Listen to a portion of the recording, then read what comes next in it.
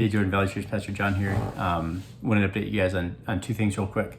First off, a month or two ago, I told you guys that I was planning on taking some of our kids backpacking this summer, and I was telling you all to help keep me accountable, because every year I've been saying that, but then summer flies by, and before I know it, it's too late. And so first off, I want to let you know that this morning I got back from taking our oldest two on a backpacking trip. We did a 10-mile loop.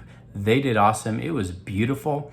And I kind of wish I could have stayed out there for a little while longer, because we were completely disconnected. I had no cell phone coverage for a couple days, and other than a few folks on dirt bikes, we saw no one else. There were no other hikers on this trail, and it was really nice. And that leads to the second thing, because when I got back, then I had to catch up with just all the craziness that had gone on in our world over a couple days. And part of that is the public health order requiring face masks to be worn in most situations. We'd anticipated this, and so we talked amongst leadership a little bit earlier this week, and then we had another phone call this afternoon with some of us.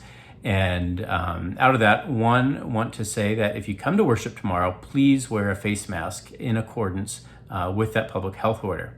Now, the big question is, during the worship service, do you need to wear the face mask? And I think there's some gray area in there. You could interpret it yes or no.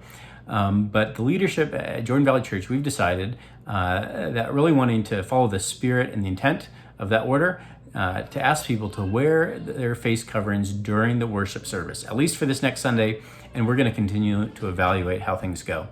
But I know that's going to make worship harder. And I'm going to be wearing that face covering along with you guys. I'll be wearing it for both services, so I will feel your pain and understand exactly what many of you are going through.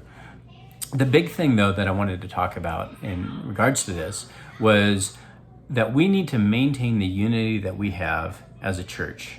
One of my biggest concerns through all of this is how easily it would be for our church to divide over issues around this. I saw a pastor this week say something like, Satan does not care whether or not you wear a face mask, but he loves it when you argue about it. And I think that was exactly the heart of what the biggest threat to the Christian church is, our church, but many of the churches in America right now, is that it's greater than so many of these other threats about government encroachment on our ability to worship, all this stuff. I think, honestly, the greatest threat is the church dividing over issues like this instead of showing we are one. Let me read from Ephesians chapter 4. As a prisoner for the Lord, I urge you to live a life worthy of the calling you have received. Be completely humble and gentle. Be patient, bearing with one another in love. Make every effort to keep the unity of the Spirit through the bond of peace. There is one body and one Spirit, just as you were called to one hope when you were called.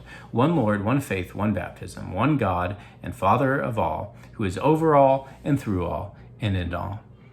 And friends, that has to be what our unity is based on. It cannot be based on whether we think you should or shouldn't wear face masks, whether you think this or that. Our unity is based on the fact that we share in the one Spirit. We've been baptized into the same triune God, and we share in that same faith. And if we keep those things the focus, we will make it through it. And we won't even just make it through it. We will be stronger in this adversity. We don't know what's going to happen. We as the leadership might not always make the right decisions, but I guarantee God is in control, He's in charge, and if we keep that unity, maintain that unity, seek that unity in the things that He says unite us, we as a church will thrive through this and see our own faith grow and see other people come to faith. So I'm praying for you guys. Please pray for us, and I look forward to worshiping with you guys tomorrow.